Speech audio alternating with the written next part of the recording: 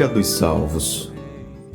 Nesses dias em que comemoramos o Dia do Músico Batista, fui levado a refletir sobre a função da música na igreja. No cenário em que essa arte tem ocupado boa parte das programações litúrgicas das igrejas locais, precisamos perguntar: quais são os parâmetros apresentados pela Palavra de Deus quanto à prática musical na igreja? De que modo a música pode contribuir para o louvor a Deus, para a edificação da igreja e para a proclamação do Evangelho? A música que louva a Deus é fruto de um coração transformado pelo poder do Espírito Santo.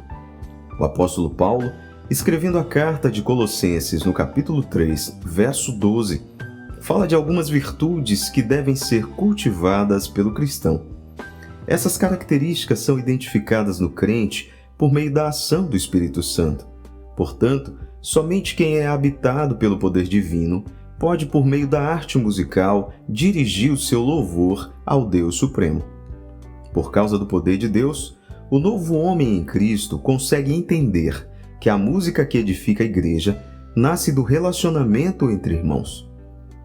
Em Colossenses, capítulo 3, versículos 13 e 14, o apóstolo Paulo nos diz que devemos cuidar dos nossos relacionamentos, cultivando o perdão, o diálogo e o cuidado no trato. Certo disso, Paulo nos diz que o maior exemplo de amor e graça é encontrado em Cristo. Assim, a música na igreja é feita pelos laços fraternos do amor revelado em Cristo, que habita em nós.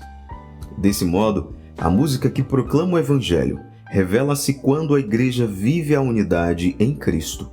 O apóstolo Paulo nos diz que fomos chamados para vivermos em união. Colossenses capítulo 3, verso 15.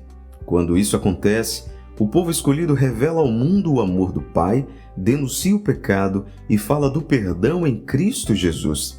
Com isso, a música que ecoa dessa experiência revela o canto de um povo regenerado, justificado e santificado. É a música que exalta o Cristo Salvador, o Deus invisível que veio habitar entre nós.